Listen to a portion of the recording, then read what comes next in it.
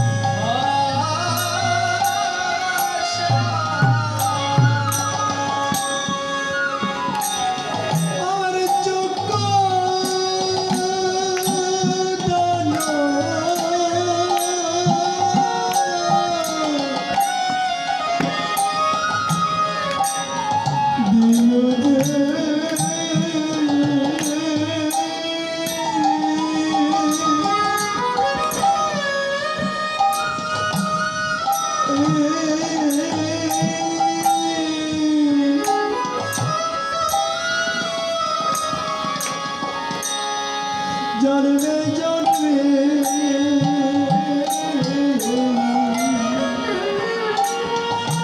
প্রভু সে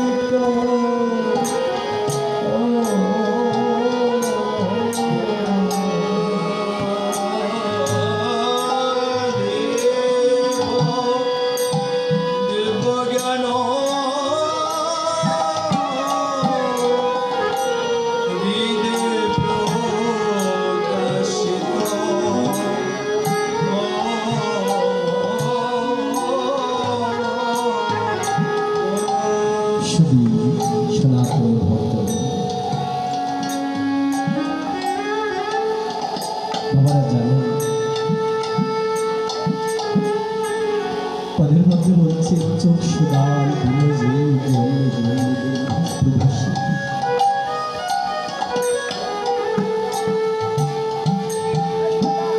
এই জগতের মধ্যে যে অন্ধকার থেকে আমাকে আলোতে নিয়ে এসেছে তিনি ভাবছেন স্মৃতি আজ যার কৃপা বলে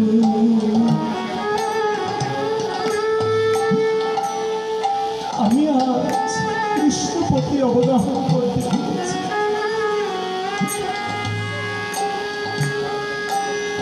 দেখুন তো বাবা,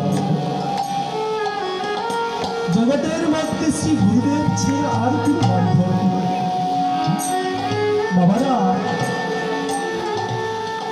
মায়েদের প্রতি বলছি সারাটি জীবন আমার পুত্র, আমার পুত্রী, আমার সম্পদ, আমার বাড়ি, আমার নারী করে করে আমি এই জীবনটাকে শেষ করে দিয়েছি। যাদের জন্য এমন সুন্দর মানব জন্ম পেয়ে ভূতায় কাটিয়ে দিয়েছি, দেখবেন বাবা শেষের দিন তারাই আপনাকে ঠকায়, তারাই আপনাকে ঠকায়।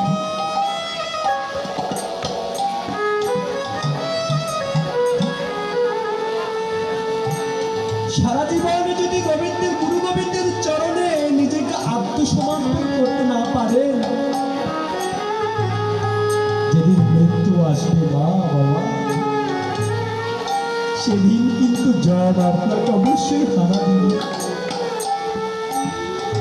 যেদিন জম আপনাকে হানা দিবে, সেদিন আপনি যখন জমের ভয়ে হব করে কাঁদবেন, আপনার সাদের পুত্র বলবে ওরে পাগল হয়ে গেছে, বাড়ির বের করে দে, ওই বাড়ির এক কোণের মধ্যে ফেলে দাও, নাহলে সাজানো সোনার সংসার নষ্ট করে ফেলবে।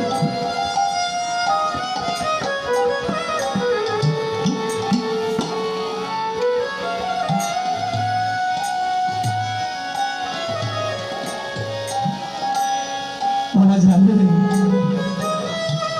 সেদিন একমাত্র আমার শ্রী গুরুদেব ছাড়া আর কেউ থাকবে না।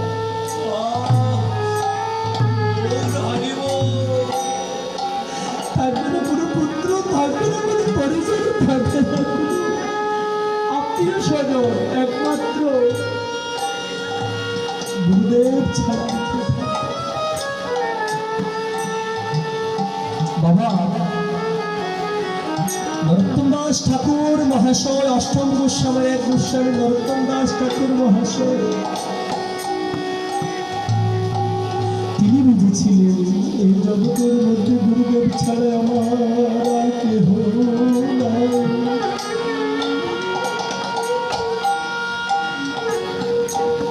লোকনাথ গোস্বামীর চরণে গিয়ে নিজেকে আত্মসমর্পণ করে বলছেন, গুরুদেব তুমি ছাড়া ভবে আমার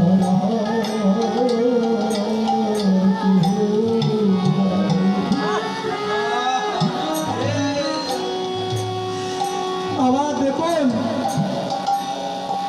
আজকে এখান থেকে বাড়িতে গিয়ে বলবেন আপনার পুত্র, আপনার পরিজন, আপনার মা, আপনার বাবা তথা আপনার স্ত্রীকে পর্যন্ত গিয়ে বলবেন, ওরে আমি সারাদিন মিথ্যা কথা বলে কত পাপ করে টাকা রোজগার করে আনি।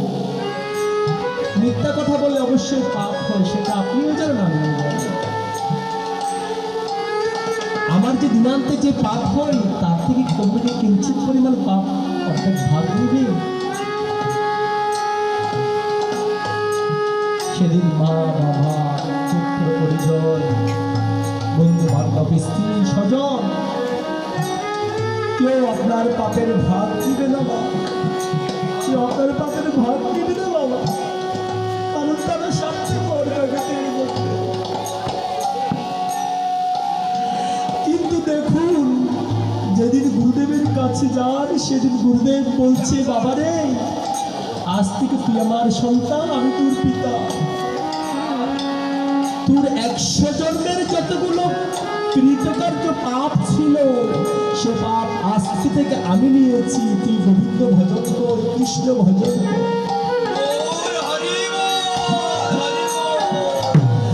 ও বাবা, সেদিন গুরুদেবকে কত টাকা দিয়েছিলাম? 10 টাকা, 11 টাকা, 21 টাকা। যেই পাপ আপনার স্ত্রী, পুত্র, পরিবার, মা, বাবা নিচ্ছে না, সে পাপ ওই বান্ধব বলছে তোর আজ থেকে সে পাপ আমি গ্রহণ করছি। মারে সময় এখনো আছে,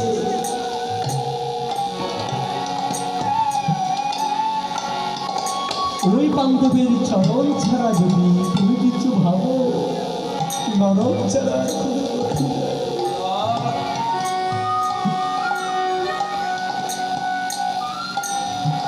লোকনাথ গোস্বামী পাঠ প্রত্যেক দিন নরোত্তম দাস ঠাকুর মহাশয় লোকনাথ গোস্বামী পাদের কাছে গিয়ে বলছেন, হে গুরুদেব আমায় আপনি দীক্ষা দিন।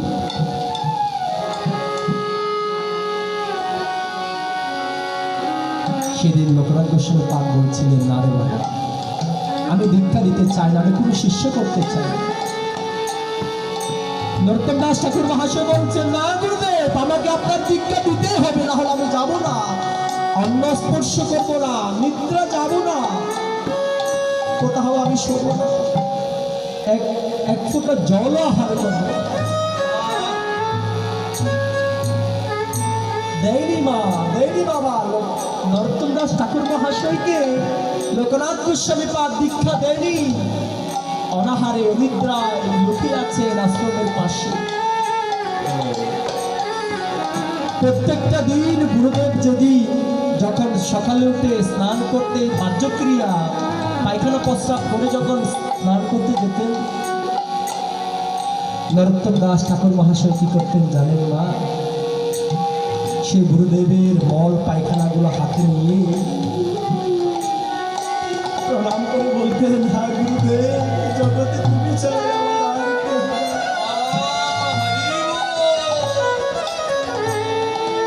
তুমি ছাড়া আমার আর কোনো বান্ধব নাই গুরুদেব।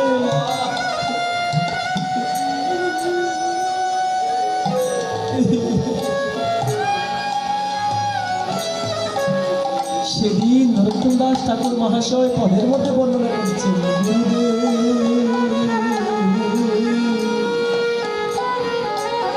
ভবে তুমি বিনে আমার বান্ধব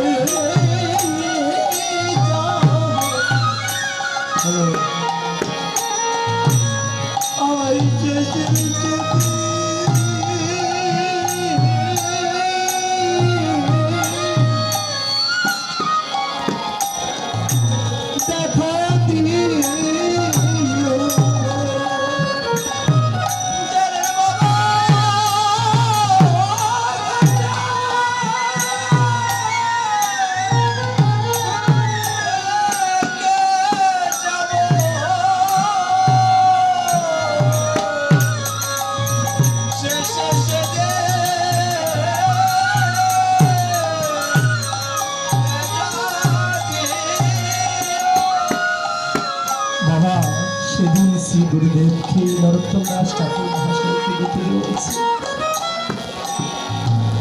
হে গুরুদেব, আমার দিনে দিনে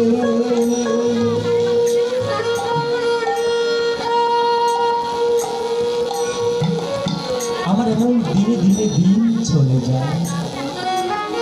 হে গুরুদেব, তোমার দেওয়া এত সুন্দর ভজনের দেহ আমি কাজে লাগাতে পারিনি।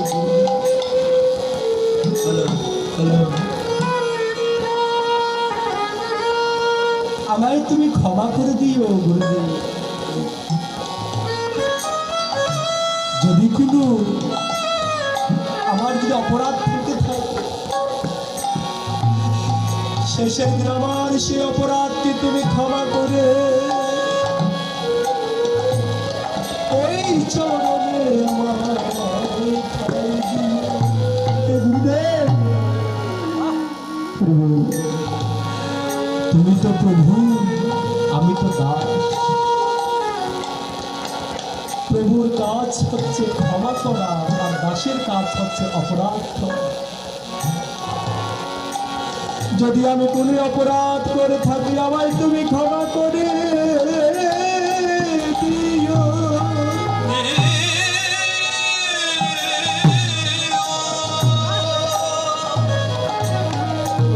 বলছি, হে গুরুদেব, তোমার শ্রীচরণে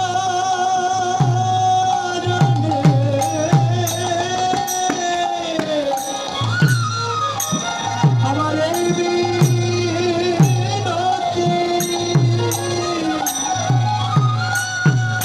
তোমার শ্রীচরণে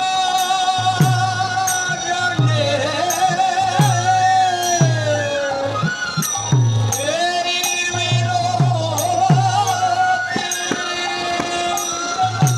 বিনতি,